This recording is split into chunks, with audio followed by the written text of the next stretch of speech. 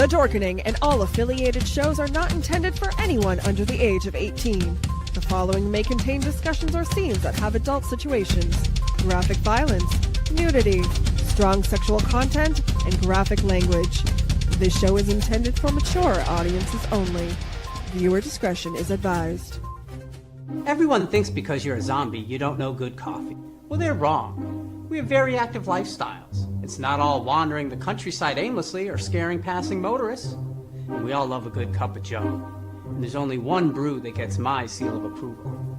Deadly Grounds coffee is my guilty pleasure. Bold, robust, delicious. It's coffee that can wake the dead. With over a dozen different roasts and flavors, Deadly Grounds can satisfy the most finicky of coffee addicts. The aroma is so intoxicating. It brings all of my neighbors out of the woodwork. Deadly Grounds coffee. Coffee to die for and zombie approved. It's good to get a little deadly.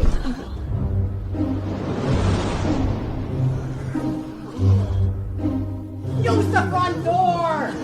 Oh, they're so disgusting.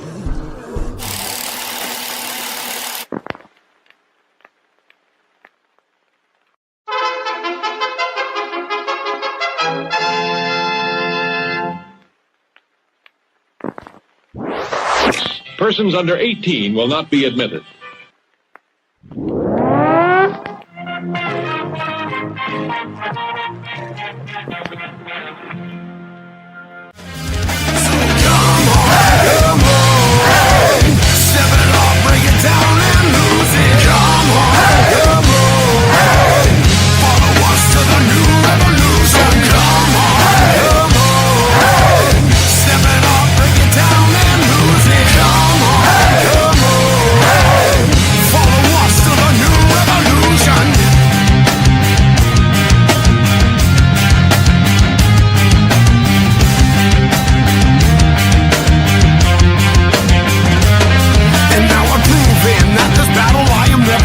I'm choosing to ignore the cuts and bumps and bruises. I'm cruising through these haters, leave them looking stupid. They foolish if they think they'll ever hear my conclusion. I'm through with all these part-timers and their excuses. I'm bruising eagles left and right every time I do this. I'm shooting for the top, no I'll never settle where you did. The future's in my hands, my grip will never loosen. My crew is ready to obtain the absolution, removing any doubt that we was ever fooling.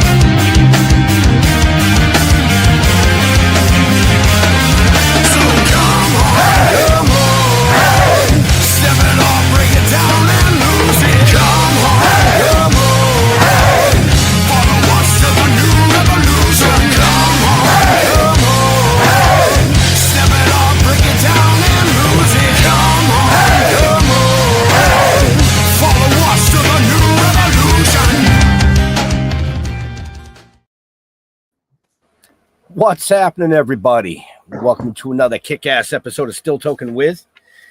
Yeah, you already know who I am, so I won't bore you any longer with that. But what? There's the voice in my head again. It's October now. It's October, he says. Time for some scary stuff. Well, we'll get to that later. But the one, the only, the Flash himself, Mr. Jeffrey Mark. Hi ho, cats and kittens, and I love doing this show, and I love being here with two brothers from other mothers. Ben is one, and the other is our other co-host, and boy, both these guys are really good looking and really smart, but this one's name is Jeff Holman. Jeff! Happy Wednesday, happy October, goodbye September. Yes. Yes. Yes. It was a rough month. Anyway, Ben had a birthday a couple of days ago, so I want to say again, happy birthday to Mr. Ben. You're getting old, you old fuck now. You know. Thank you. Yes. Well, no problem. listen. Now that you want to throw people under the bus, Mr. Holman's got a birthday coming up next week, and he's older than me, so. And Jeffrey Mark had a birthday last week, and I'm older than both of you, so shut up. That is true. That is true. That is true. We're all fucking Libras. Are you kidding me? No, I'm a Virgo. No, he's You're a Virgo. He missed the cutoff by like a couple days. Oh, no wonder you're a little fucked up. I was wondering why. Now I understand. Thank you so much for illuminating my life with that. Yeah. Oh, no problem. No problem. Anytime. Anytime. I love you for that. But anyway, let's get on with the show. Let's see if I can fuck this name up, even though we went over it before. Mr. Jhn Ricciutti. Did I say that right? Ricciutti. Ricciutti. Yeah, you're good. Ricciutti. I was good. I was close. Welcome, John. Welcome. Thank you. Thanks for having me on. Yeah. Well, we'll see if you say that by the end of the show. You scared him. Don't scare the guest. Well, I'm just concerned about my Delco dialect. Oh, don't worry about that. No. Not at all. We forgive Philadelphians. It's okay. I'm a Delco guy. That's Originally. fine. Before we get going into the show too far, I just want to say thank you for your service. Yes. Oh, you're welcome. My pleasure. Well, I doubt that sincerely, but well, that's true. You served really hard time at a time when it wasn't just showing up at a post. You were in the middle and the thick of it. We thank you for that. Yes, 100%. So yes, that was America's epic tragedy, Vietnam. Yes. Yep. You were there for 3 years, right, John? Yeah, from 1967 to 1970. I actually signed up when I was in high school because I had no college plans, and that was the only way you can get a deferment besides being physically disabled.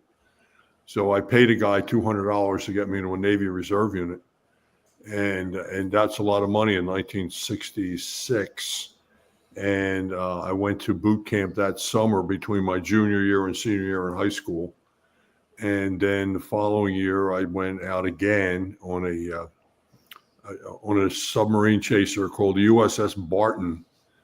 And we were scheduled to escort the USS New Jersey to Vietnam.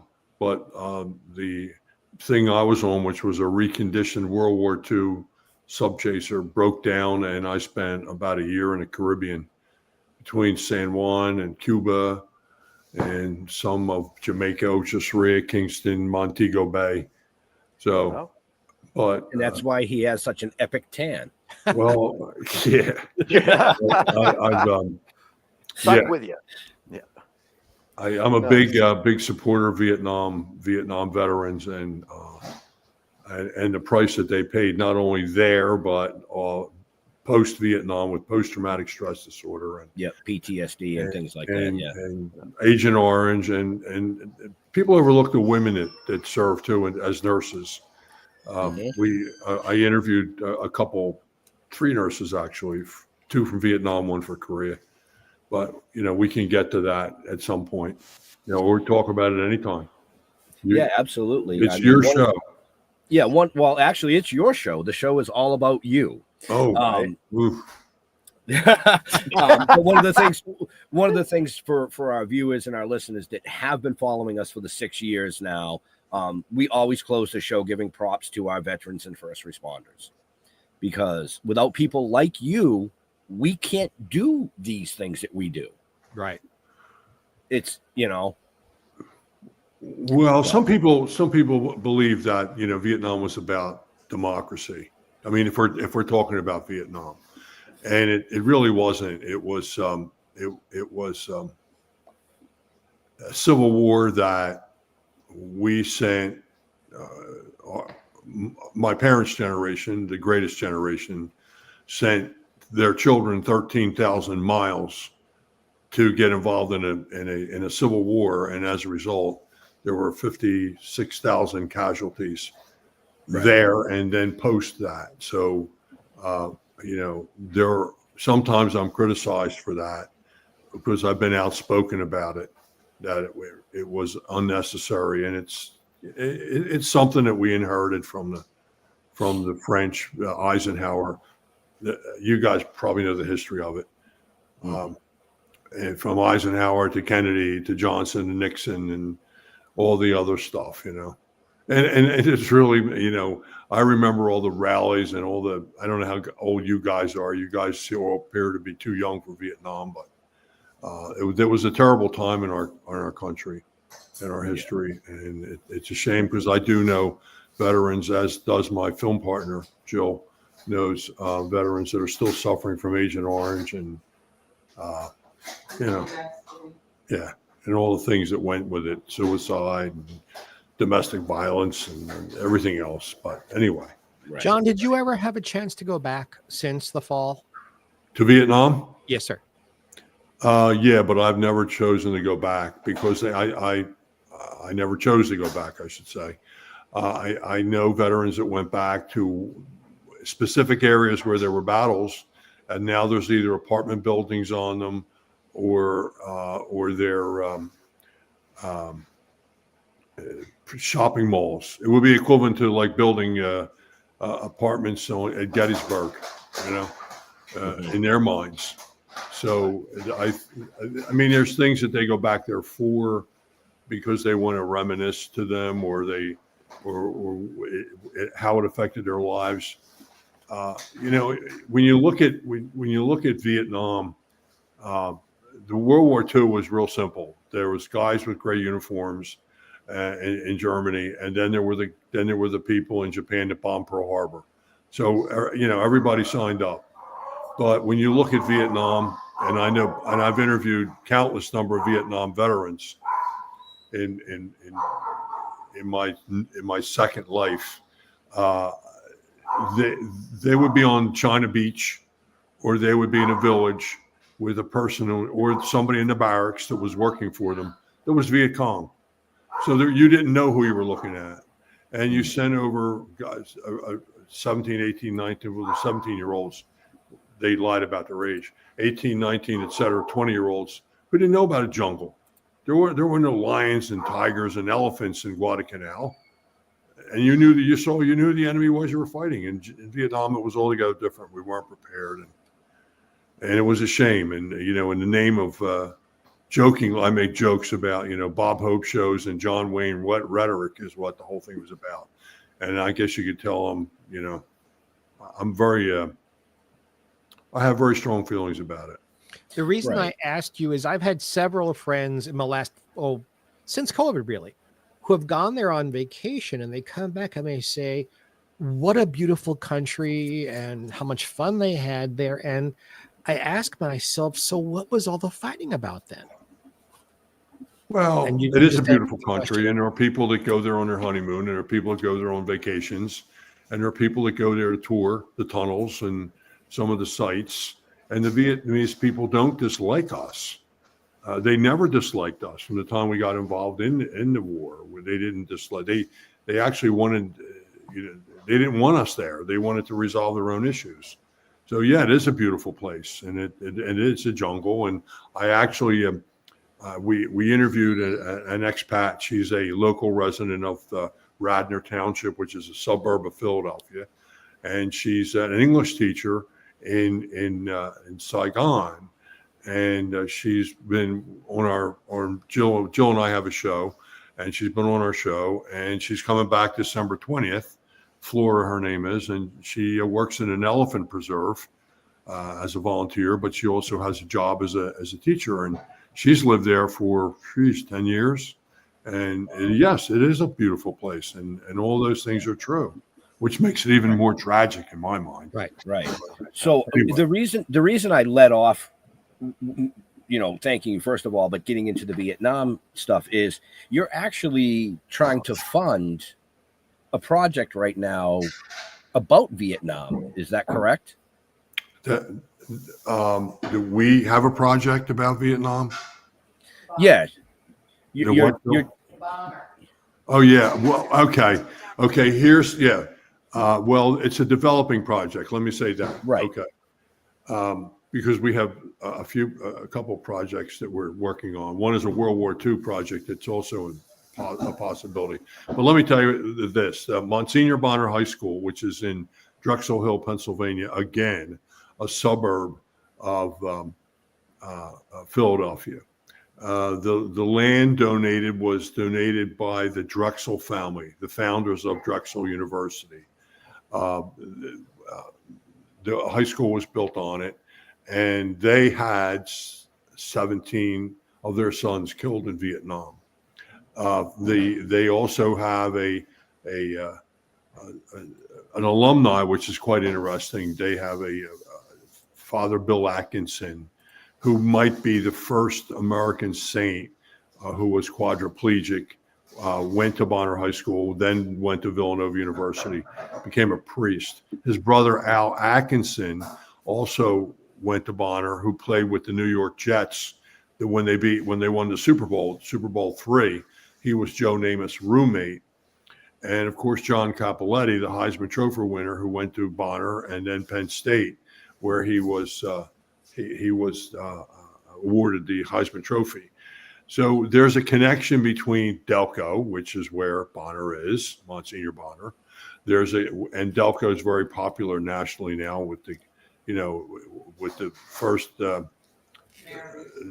mayor of Eastwick, and now another thing I think it's called Task. And so Bonner's famous for being in Delco, for having a connection to Villanova University because it's an Augustinian school, and the 17 sons killed there, and some of the, I'm going to say, celebrities that went to Bonner High School. So, and there's actually several guys that played in the NFL that went to Bonner, but I'm just, Anthony Becht, for example, went to Bonner High School. He played for the Jacksonville Jaguars. But that's a project that we have in the works, and it has a Vietnam connection. Another Vietnam story, and Jill actually worked on this with me originally. There's a school in Northeast Philadelphia called Father Judge High School, and Father Judge High School had actually 27 sons killed in Vietnam. 27. Wow. It's the most of any private or parochial school in the country. And one day Jill and I were doing some work at St. Joe's University doing some filming there. I was approached by a Marine who said, do you know about Father Judge High School? I said, well, I know it's a school in Northeast Philadelphia, and that's all I know. He said, well, told me what I just said. Well, they had 27 guys killed in Vietnam, were his words. I said, really, 27? Where is it? And so he gave me the address. And it was late November. He met me up there. His name was Jim Curlin. He went to Father Judge High School, joined the Marines right after high school, went to Vietnam, fought in the Battle of Khao Sang Bay. And he showed me this monument that they have there in the names of 27 guys that were killed in Vietnam. And I said, did anybody ever do a story about this? And he said, no, there's some VHS stuff floating around, but nobody's ever done a story. So I went back, and Jill and I were working at a public access television station, and we started to drum up some stuff, and I started to do some digging, and then I got the Alumni Association interested, and then people started to put up money. So we were able to produce a film that's called Remember the 27 Crusaders. And that was a fascinating story because when we met, the Alumni Association set up a meeting for us at their school. And I would say 20 of the families showed up and some of them were not interested at all. They wanted to forget everything. But some of them became really, really enthusiastic about the film, and the film was very successful.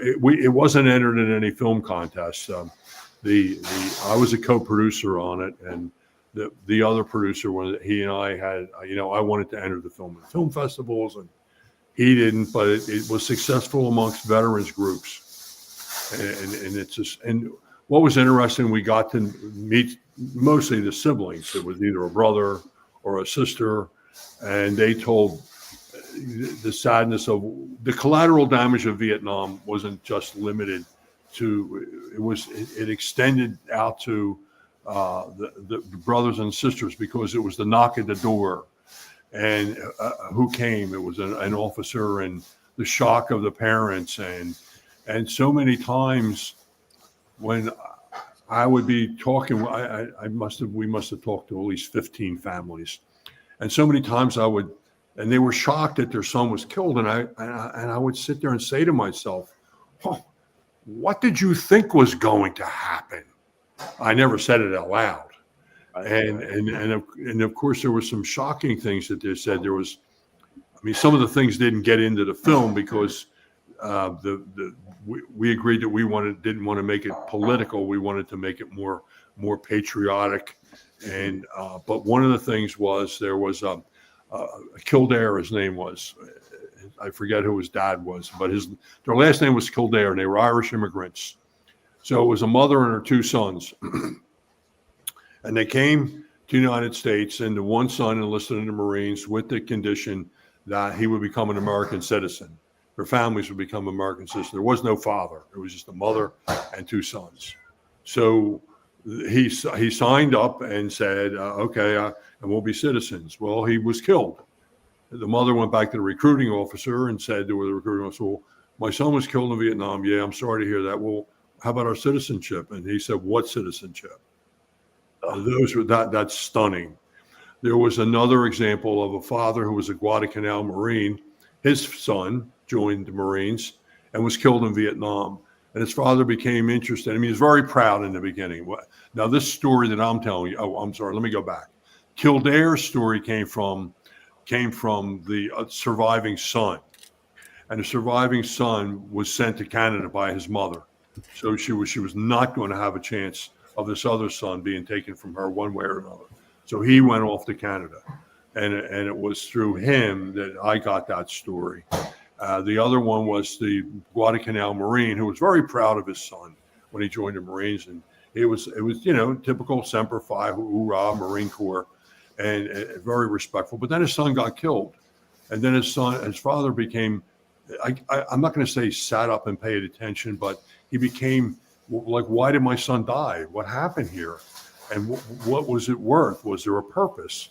And the more he dug, the more he realized that this was really wrong.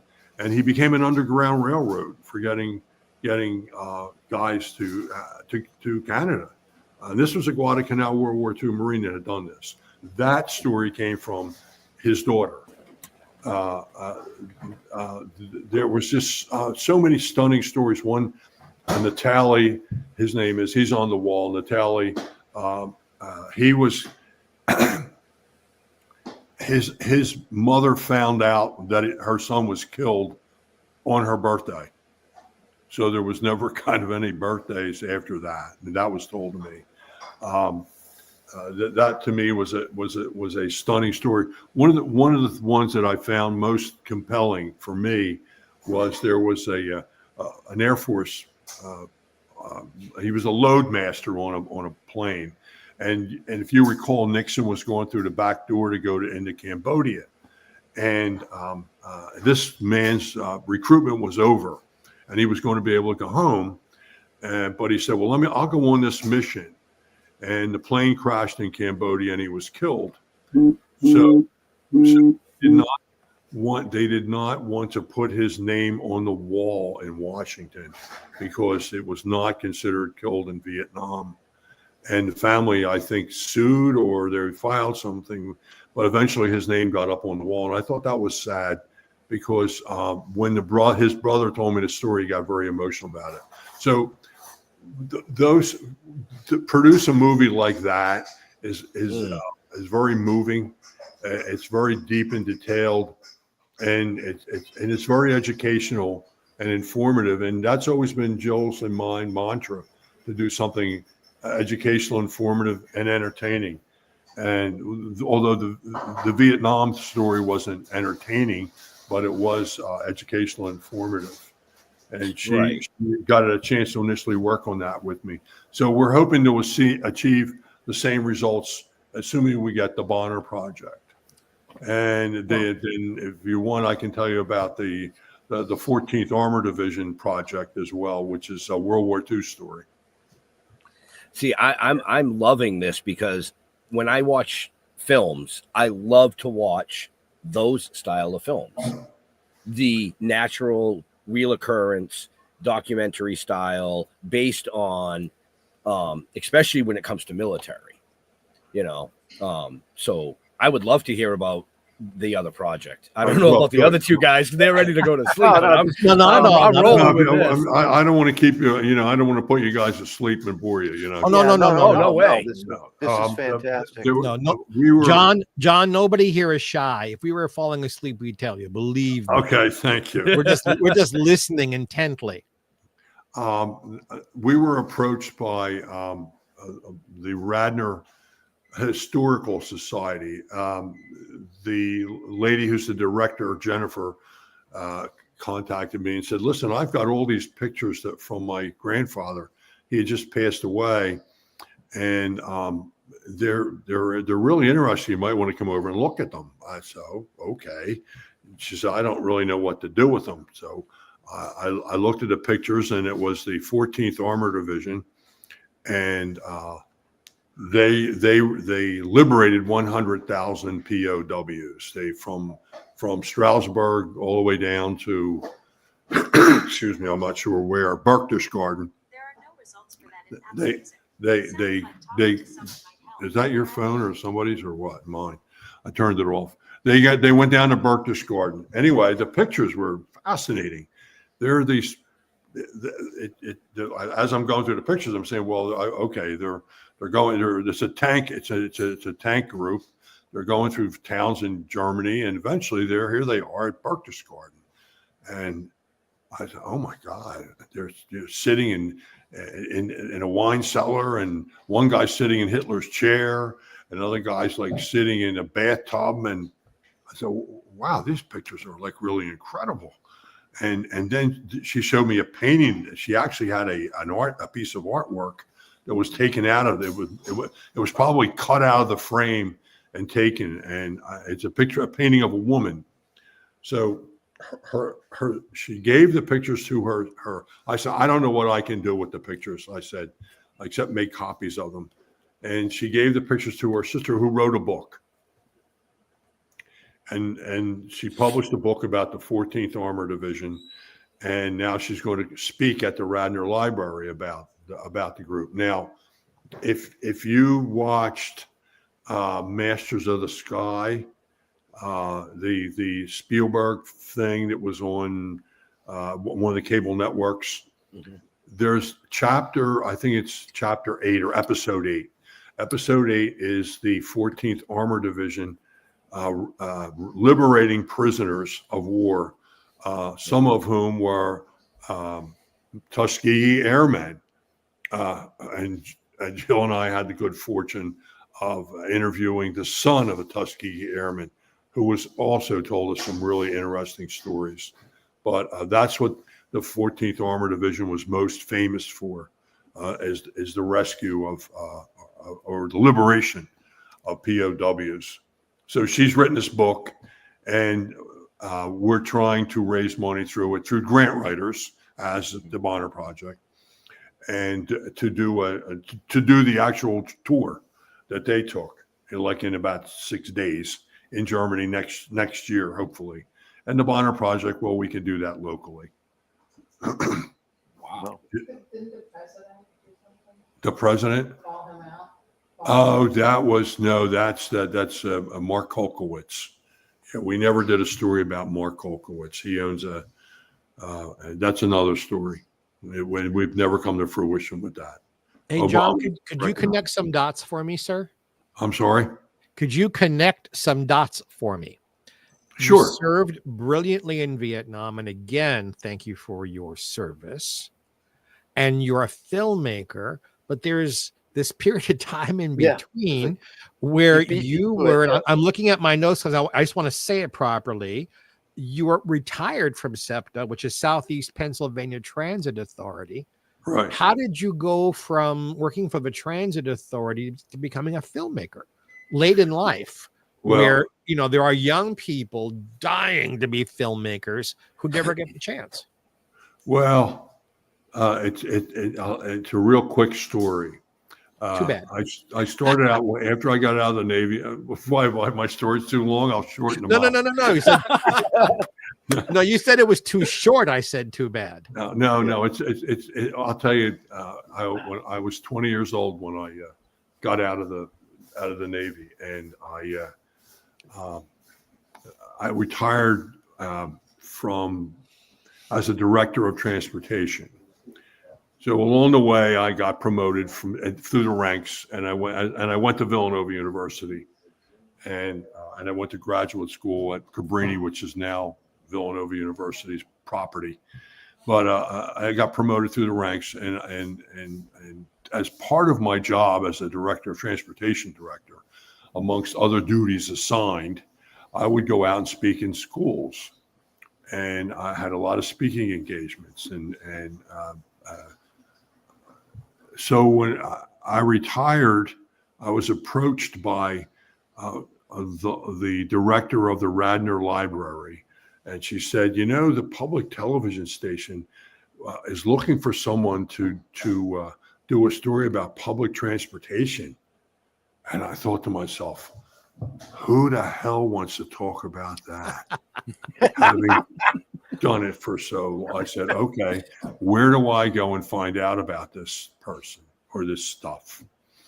So she takes me over to which is right around the corner from the library, this public television station, and introduces me to a man named George Strimmel.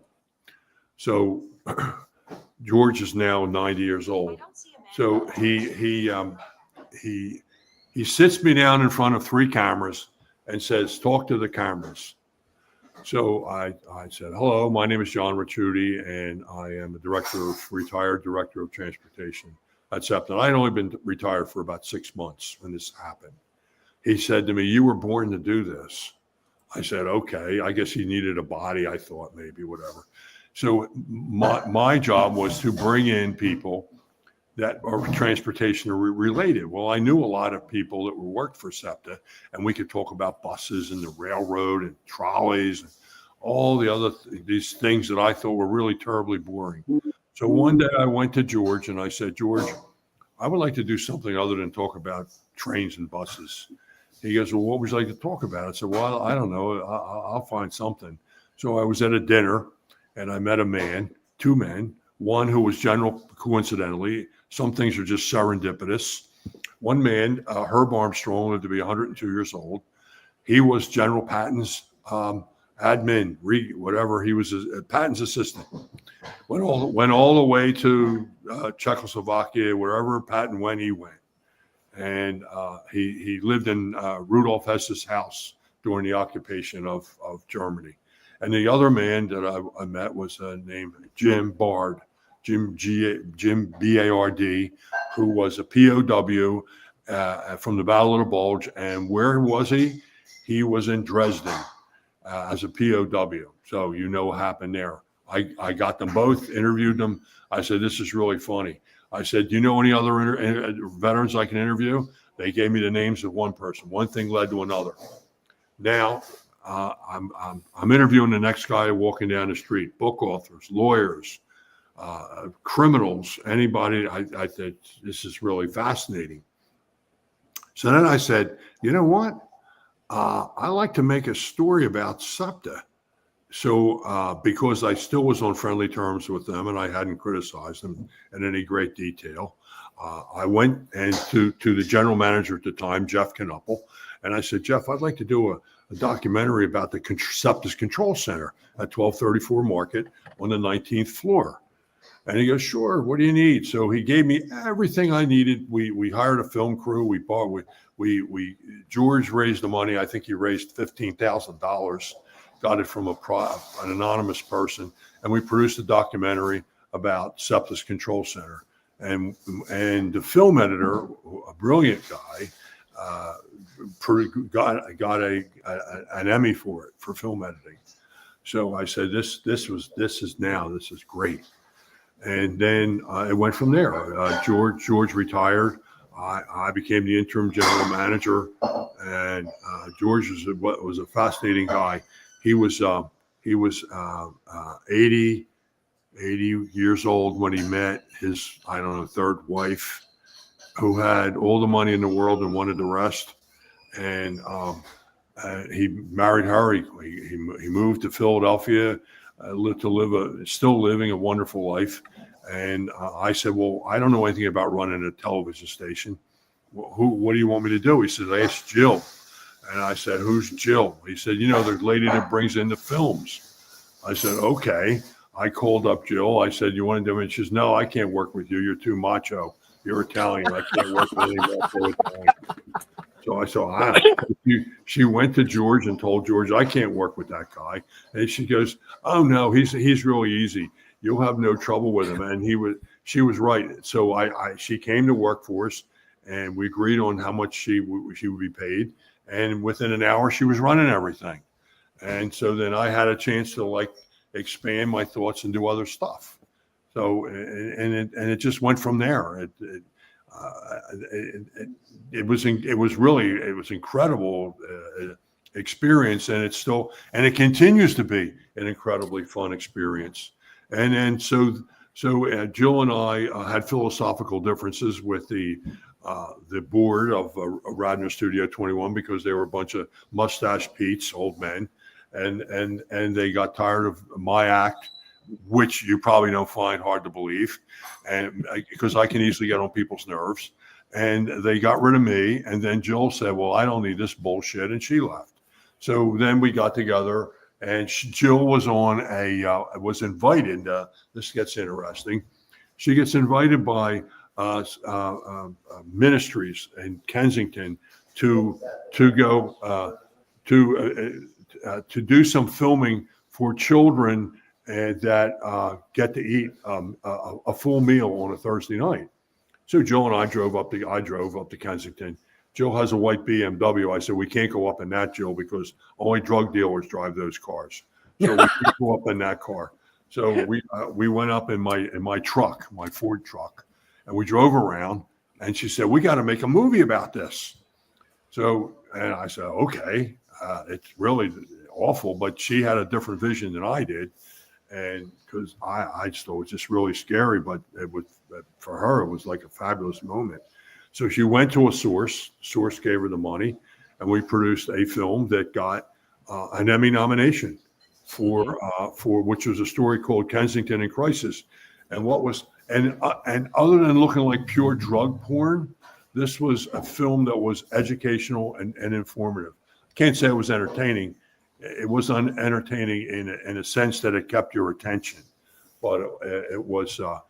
She did it. We had a fabulous editor, and Jill was the co-editor on it. So between Jill and the editor, Isaac Mell, his name is, brilliant editor, and between the two of them, produced this really good film. The music was contributed by one of the Hooters. I don't know if you know about the Hooters band, which is a local Philadelphia band. They're still in circulation. They travel in Europe and everything. And they contributed some of the music, which coincidentally had a real strong drug flavor to it. And we interviewed some really good people to produce the film. And it wasn't just the crappy, awful stuff that you see, people in awful situations. It was a very good film. And I think it's still, where can you see the film, Joe? YouTube. The film is on YouTube. It's called Kensington in Crisis. Yes. Yep. Actually, anyone can see it. Yeah. So I'm going to ask a stupid question. We're interviewing. No questions are stupid. What? Oh, wait. I can promise.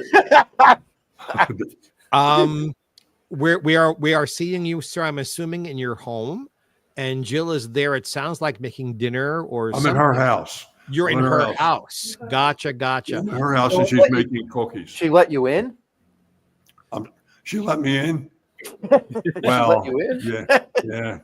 She offered him cookies. Her husband's here, right? Her husband's here. Where it's the things you say. That answers the next three questions. Okay. The fourth question is: you baited me with this before we went on the air. How many times have you been married? 3. 3 times. Okay, is that hard to believe? No. Well, wait a minute. The first time I was 20, I was in the Navy. It was stupid. Okay. and then got divorced, and then I met a girl at a car show, and then I married her because I was suffering from Catholic guilt, so I married her, and then I decided I wasn't going to get married again, and then I saw a girl a few years later, and she walked like Ava Gardner, and I thought, well, that's it, and I'm still married to her, 25 years. So, yeah. Well, you did better than Frank Sinatra did. Oh, yeah. Well, he married her. He shouldn't have. I only married somebody to walk like her. Now, on a little more serious side, you have won 11 Telly Awards. You've been nominated for Emmys twice, and you've won one. Right. You are a very honored filmmaker. Would you tell our friends and fans who are watching what a Telly Award is? Well, a Telly Award it's very respected. There's some politics that swirl around Emmys.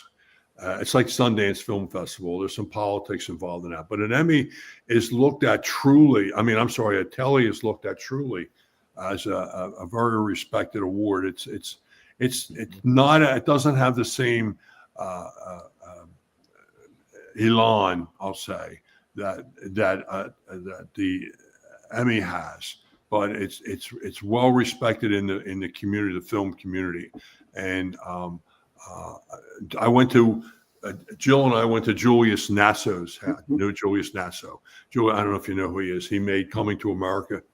Yep. It's about Jewish gangsters, and he has an Oscar, and I think he did some stuff, some other things, and I saw he has Telly Awards, and I said, oh. I said, oh, we got a couple of those too, and I think he was a little bit, yeah. So, well, yeah, I don't have to send my Emmy back. It's okay if I keep mine. I'm sorry. I don't have to send my Emmy back. It's okay if I keep mine. No, you should keep it. I saw it over your left shoulder. Yeah. I saw your. No, I'm not. Listen, I'm not putting any awards are. I mean, I don't care if they're paper awards.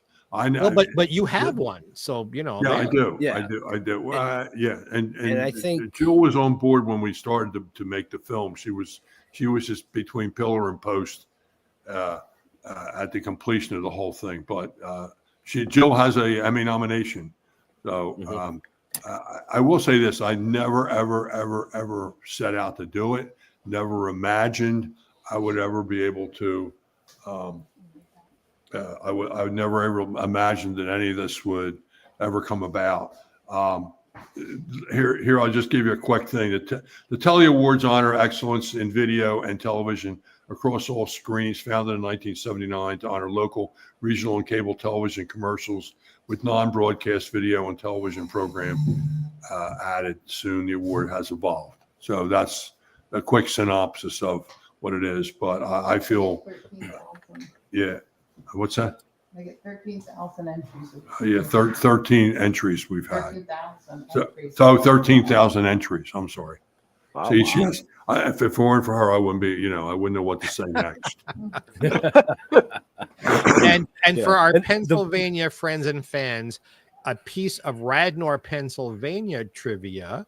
Back when TV Guide was about this big and was 15 cents and was in everybody's home, Walter Annenberg published it, and the home office was in Radnor, Pennsylvania. You're right, right on Lancaster Avenue, right off of Lancaster. I'm sorry, No, it's okay that it was there. but I never thought I'd ever do this.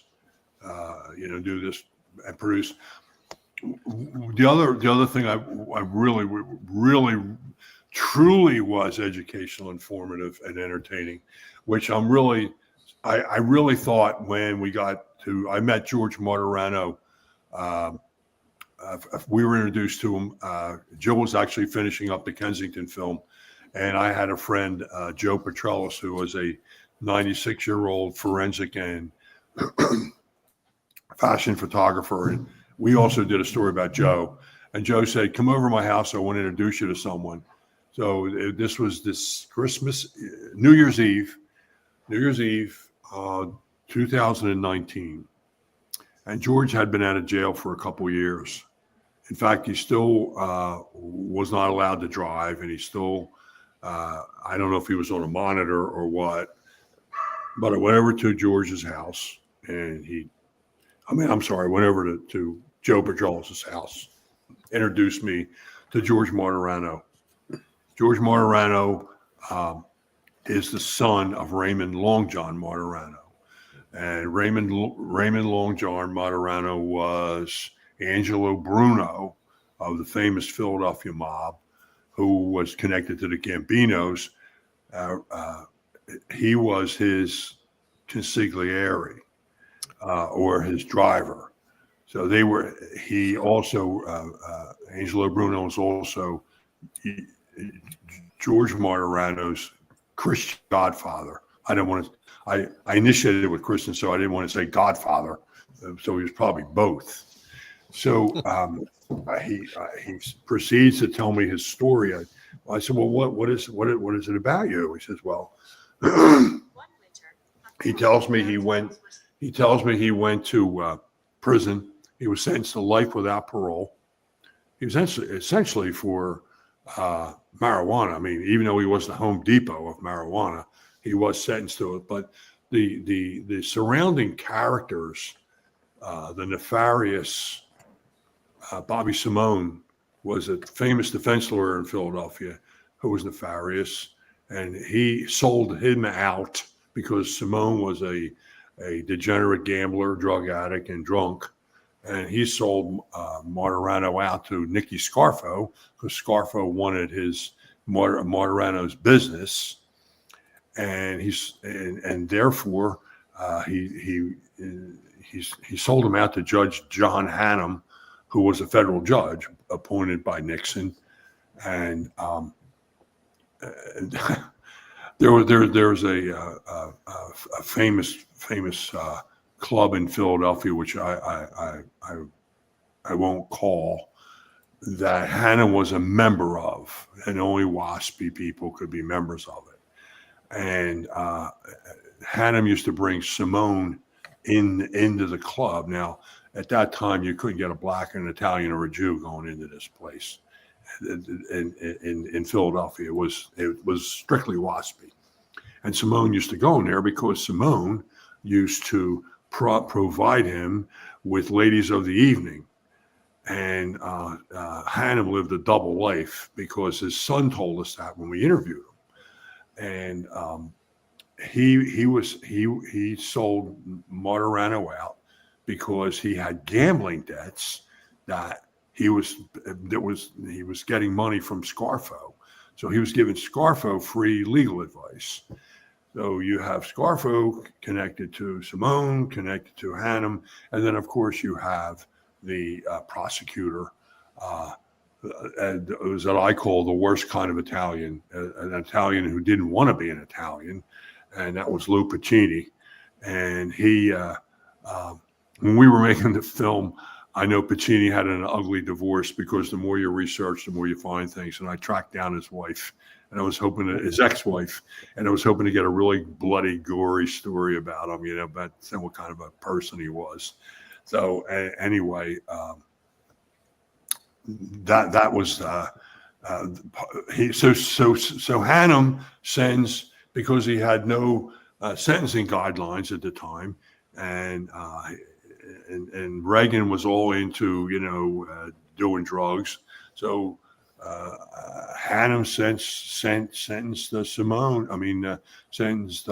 Martirano, first-time offender with no gun, to life without parole, and he served 32 years of it. And we interviewed one of the lawyers that worked to get him out of jail, which was Andrea Folks, and then the other famous lawyer that actually got him out was the one that got Andrea Knox out of Italy. So the stories that we got on, that we got from Martirano were absolutely so entertaining. And there's two of them that I'll quickly tell you if you got the time. The Martirano family, along with Angelo Bruno, they owned clubs, and they had cigarette machines and everything, vending machines all over Philadelphia. But they also owned near the Walnut Street Theater. There's like an alley in Philadelphia where, and along that alley there was like, I'm going to say like a small cafe, a bar that the Martirano family owned. Paul Newman and his wife Joanne Woodward were funding a funding, funding a film, not a film, a play along there. So Paul Newman would like to smoke, and he would frequently go out. And young George Martirano, he would be standing out front of there, like he was like the doorman, or like the host, greeting people that would come in and out from the theater and whatnot, because they probably did a great theater business.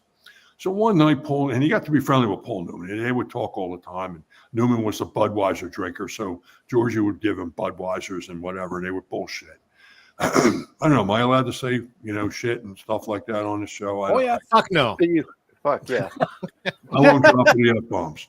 So we'll do that. One night he comes out, Paul Newman comes out, and he says to George Martirano, George, I made a lot of movies in my career, but I never made a movie about a gangster. He said, you know any gangsters? And George said, no, I don't know any gangsters. And it was probably, George said it was like 10 of them in the restaurant at the time. And he goes, no, I don't know any gangsters. And I thought that was a funny story. And the other story I thought was funny was there was somebody that died. I'm going to say died. And George's father paid to have the guy buried. And they paid the undertaker. And one day they saw the undertaker, I don't know, maybe a month later, and the undertaker said, hey, when are you going to get rid of this body?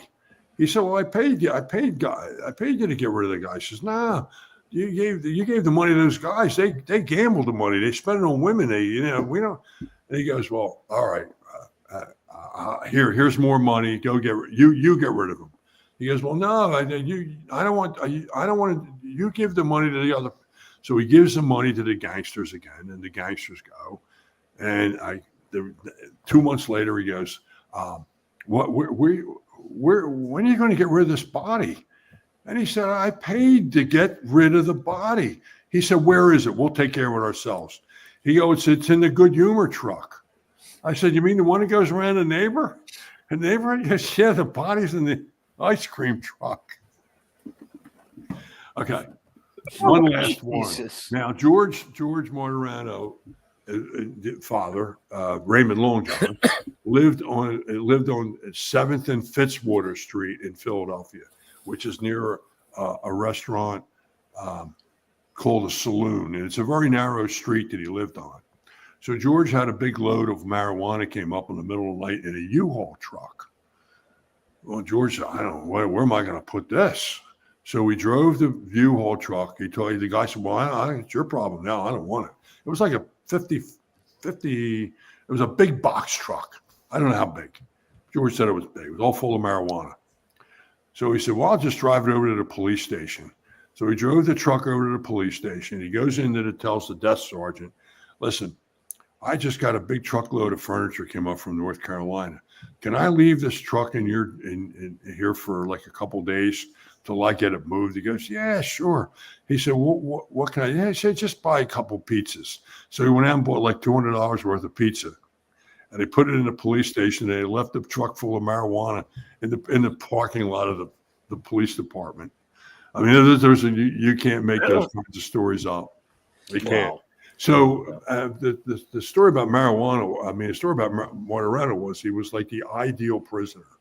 And eventually he got out through the help of Ted Simon, who was the one who got Amanda Knox out of Italy, and Andrea Folks, who we did interview.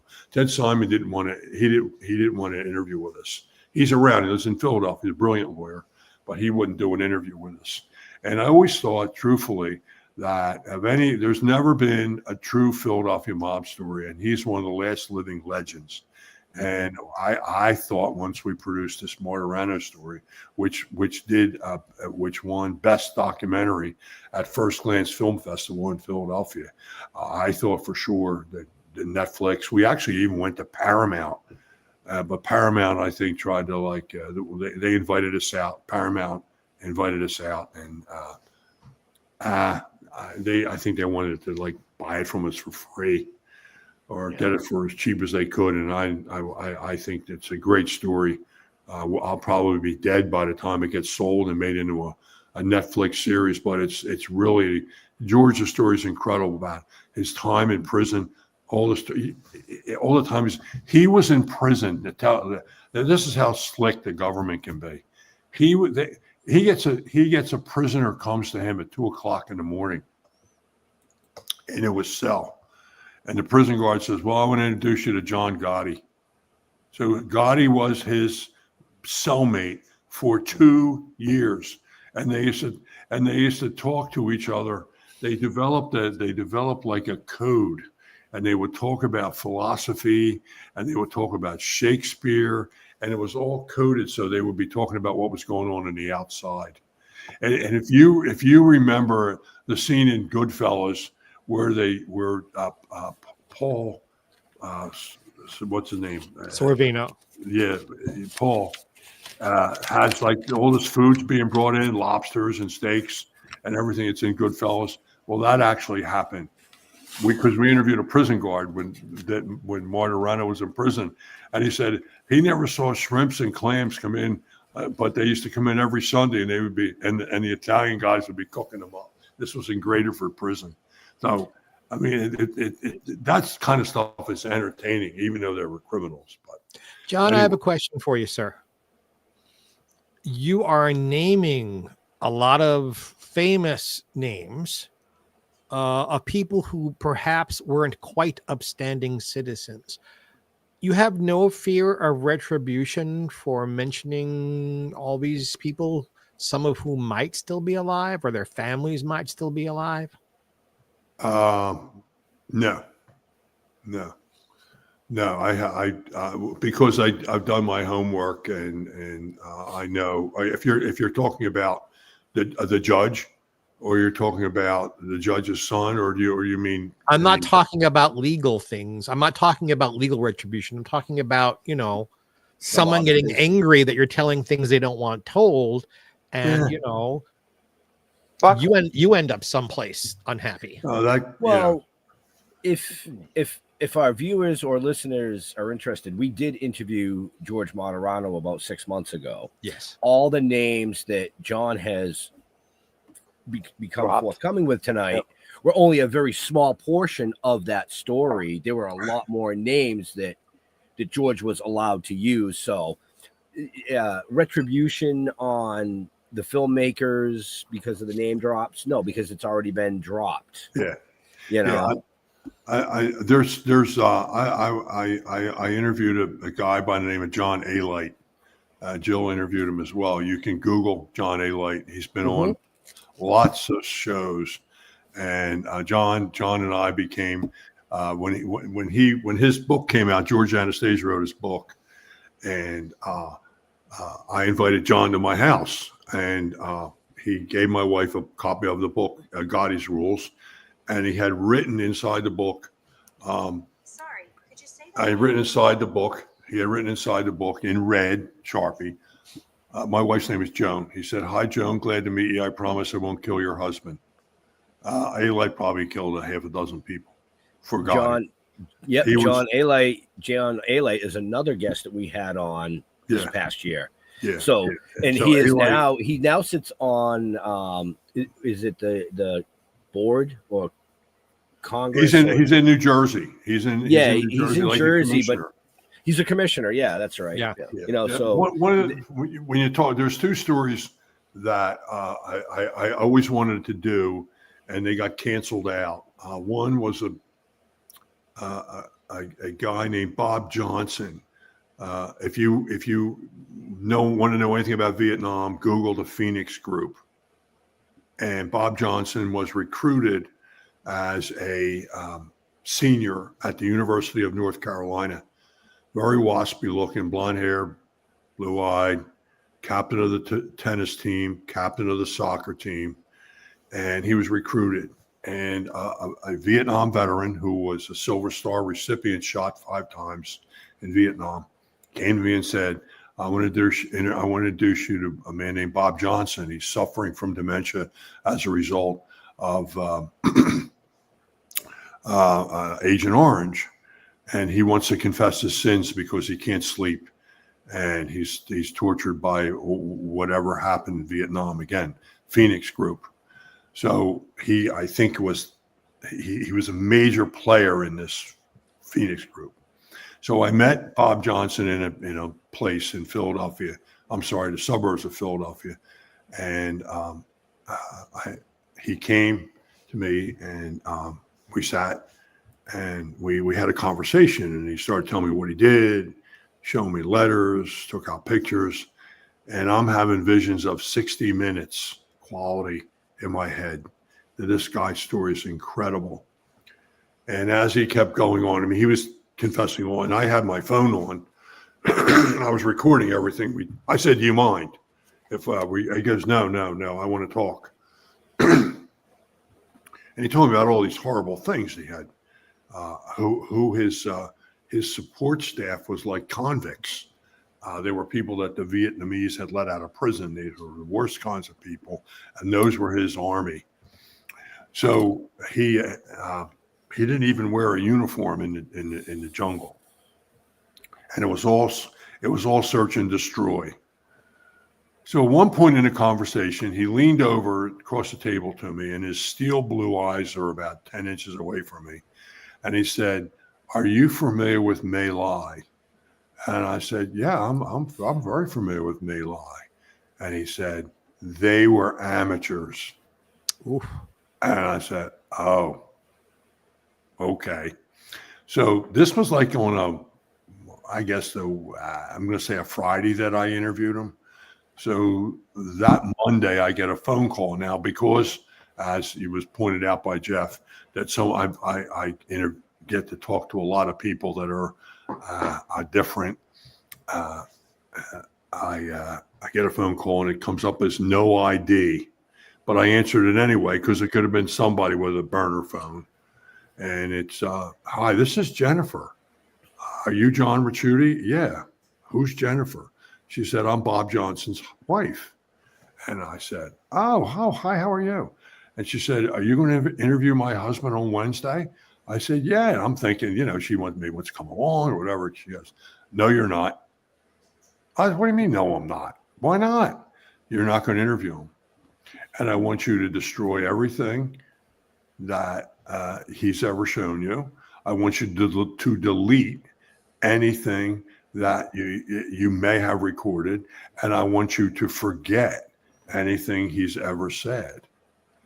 And because the person that introduced me to him is a friend of mine still to this day, Silver Star recipient, shot 5 times in Vietnam, I did not retort anything she said. I said, "Okay, all right." And I said that was the end of it. She said, "Thank you." And she hung up the phone. I didn't know that Jennifer was a very, very attractive Chinese woman until I met her at his funeral that she invited me to, and that everybody should have this funeral, where it was at a very exclusive country club. He had died about 6 months later. And she contacted me through this friend.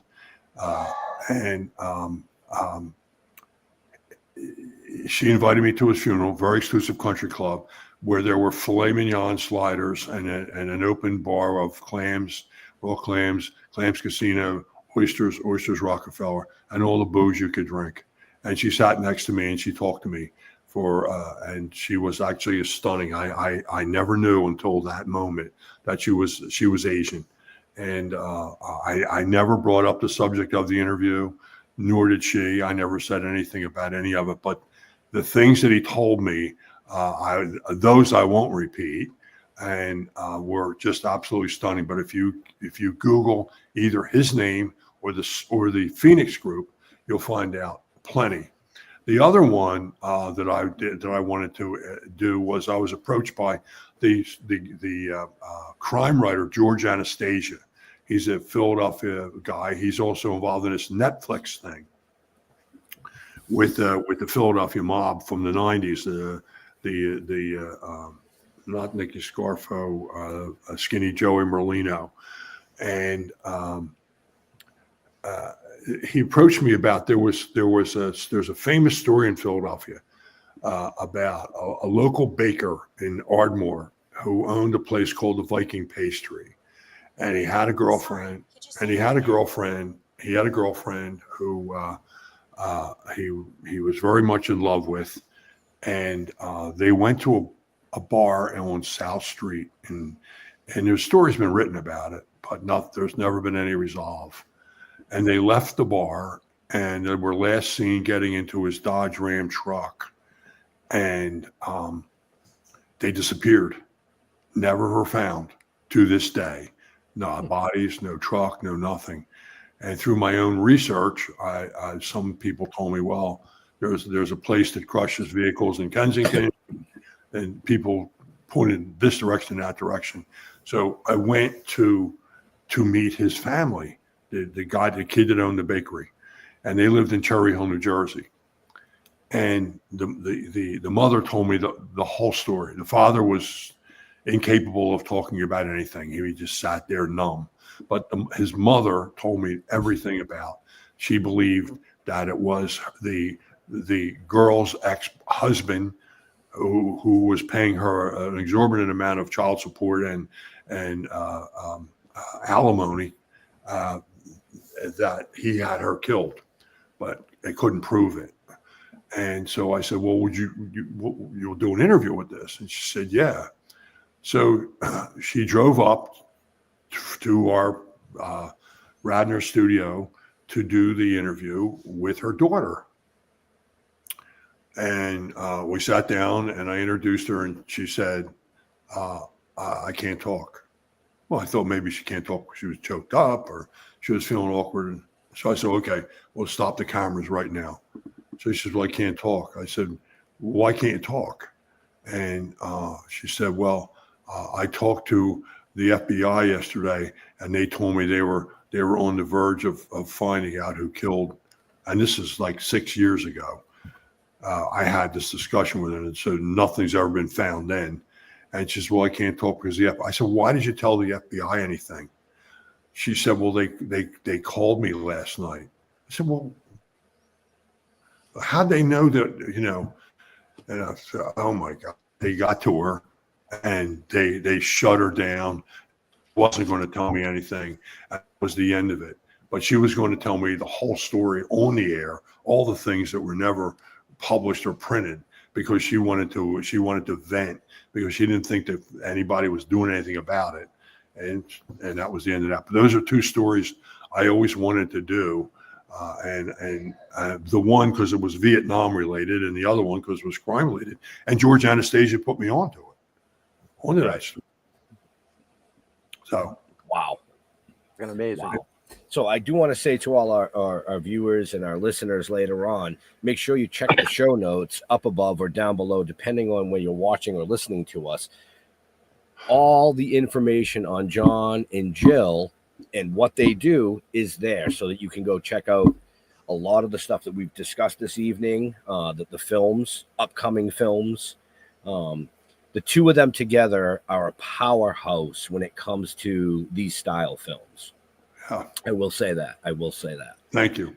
We are a little over time, so okay, I'm sorry. With that, no, don't be sorry. I mean, these are the types of shows that we love, because it was like 2 questions or 3 questions asked, but you answered 30 questions with the answer, and it's perfect. We didn't have to do anything but sit here and look pretty. I'm still trying to absorb it all. Right. So with that being said, I do want to say, Mr. Holman, do you have any last questions for this amazing guest? Yeah, I have one. Based on everything that you've been talking about, Is there somebody that is already passed that you wish you had the opportunity to interview? Is there somebody that's passed away, you mean? Yeah. Yeah. Well, yeah, there was a Tuskegee Airman that I knew who I interviewed his son, and I had the opportunity to interview him while he was alive. I've interviewed several pilots from World War II, a door gunner, which is an interesting story. I don't know how much time you want to give me, but I can tell you his story. That I wish I had interviewed a Tuskegee Airman. But the door gunner story, I don't know how much time do I have. I'll be real quick. Go ahead, go for it. Okay, the door gunner was 17 years old when he joined the U.S. Army Air Force. He was a native of New York. He was on the first bombing raid over Berlin, where 60 planes were shot down. But on one of the later missions, his plane was shot down, and he was a prisoner of Stalag 17. And Jim, his name, was in Stalag 17 with the guys who ultimately wrote the play and the movie Stalag 17. Mm-hmm. So when he was repatriated back to the United States, he became a New York City policeman, and he rose to the rank of inspector, which is an appointment by the mayor of New York. And he, the people who wrote the story of Stalag 17 invited him to the play and ultimately to the movie. And I said to him when he was telling me, I said, "Wait a second, were you the guy like in charge of Popeye Doyle and Frank Serpico?" And he goes, "Oh yeah. And he became real. Like what I said, well, what was Popeye Doyle like? From the French Connection. Oh, he said he was great. When he would like interrogate a prisoner, they would put him in like a closet or like a locker, and then he would beat on the locker with a nightstick, and that's how he would be able to get confessions out of him." And I said, "What about Frank Serpico?" And when I said that, he shut down. He didn't want to talk about it anymore. I'm not talking about Frank Serpico. I said, "Does he live in Europe?" And he goes, "I know where he lives, but that's another story." That was the end of it. Yeah, Frank Burke, his name was. I'm sorry. I said Jim. His name was Frank Burke. Yeah. I also interviewed Bill Guarnier from the Band of Brothers. I was the last person to interview him alive. And when he died, his son told me, "Thanks a lot. You killed my father with that awful interview." Oh, God. It was a joke, though. He was made a joke. Oh, my God. Bill was a funny guy. When I interviewed Bill Guarnier, I said to him, I met him in advance. So, he was in the Band of Brothers, right? And and I said to him, "Now, Bill, there's a couple things I'm going to ask you, but you can't say fuck," because Bill dropped F-bombs like they were nothing. Because I usually interview people in advance of me interviewing them.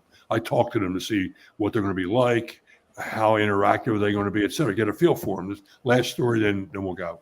And I said to him, "There's no drop of the F-bombs." And Bill lived in a 14-foot row home in South Philadelphia. And he looked at me and he said, "Kid, are you fucking telling me I can't say fuck in my house?" I go, "Well, okay, Bill, then we'll just have to, we'll delete it out." That's why. Okay. And then was one part I was asking him. I had read his book, Band of Brothers. And I was talking to him about the German paratroopers. So I said, "Now, Bill, I'm going to get to a part of the interview. I'm going to ask you about the paratroopers." He goes, "Yeah, that's okay." Bill was like 90 when I interviewed him. And he goes, "Yeah, that's no problem." So we got to the part of the interview. And I said, "Bill, I want to talk to you about the German paratroopers." He looks at me, "Kid, are you fucking stupid? Didn't we talk about that earlier?" I go, "No, I'm sorry, Bill." And I just went along with it. I just let it go like it was nothing. He was a great interview. Great interview. All right. I'm sorry. I know I went past your time. No, you're good, It's fine. It's fine. I mean, I don't have to pee yet, so we're good. I mean, Jeffrey Mark might have to. Mr. Holman's probably getting a little hungry. So Jeffrey Mark, any last questions?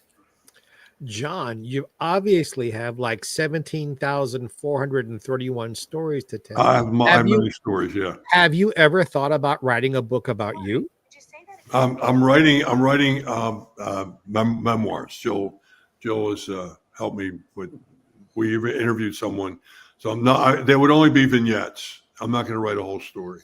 I'm just going to write vignettes. That'd be good, though. Yeah, no, I'll be back. I mean, I could tell. I have SEPTA stories. I have. Well, as we saw tonight, folks, we could probably do a 5-part miniseries with this gentleman. Thank you. But like I said before, make sure you check the show notes up above or down below, depending on where you're watching or listening to us. All John and Jill's information. They're business partners, folks. They're a powerhouse in the industry. Check them out. Watch the stuff. Like, we've been blessed to interview multiple people sent from these films, and you love those shows, so hey, you gotta love their shows. So with that, Mr. Jeffrey Mark, where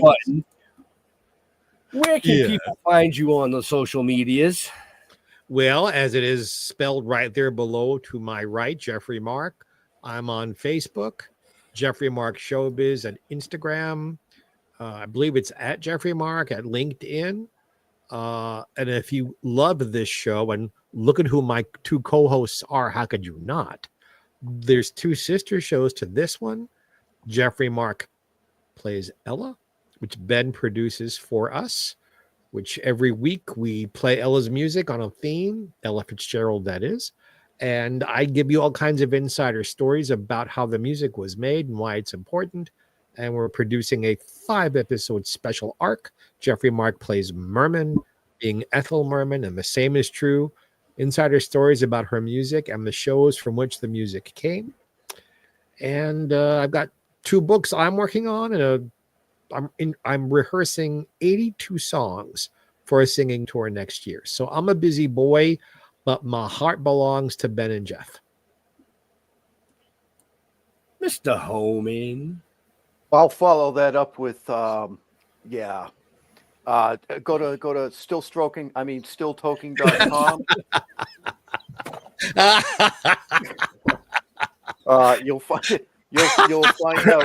You'll find out everything you need to know about us, or give us a follow on our YouTube channels, Still Toking with Still Toking Productions, and Toking with the Dead on Facebook.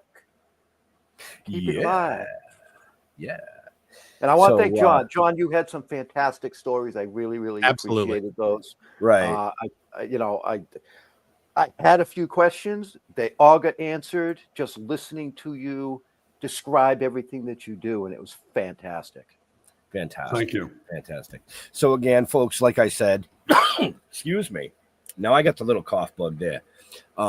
Check the show notes so you can find out all the information on John and Jill and everything they do, including their companies and things that they work with. It's all there. It's very simple. Just read. If you need the glasses, I'll send you a pair. I don't mind. But in all seriousness, to all our veterans and first responders, we want to thank you for doing what you do so people like us can come up here and do what we do. Stay safe. We'll see you next week. We're out of here. Have a happy. Bye.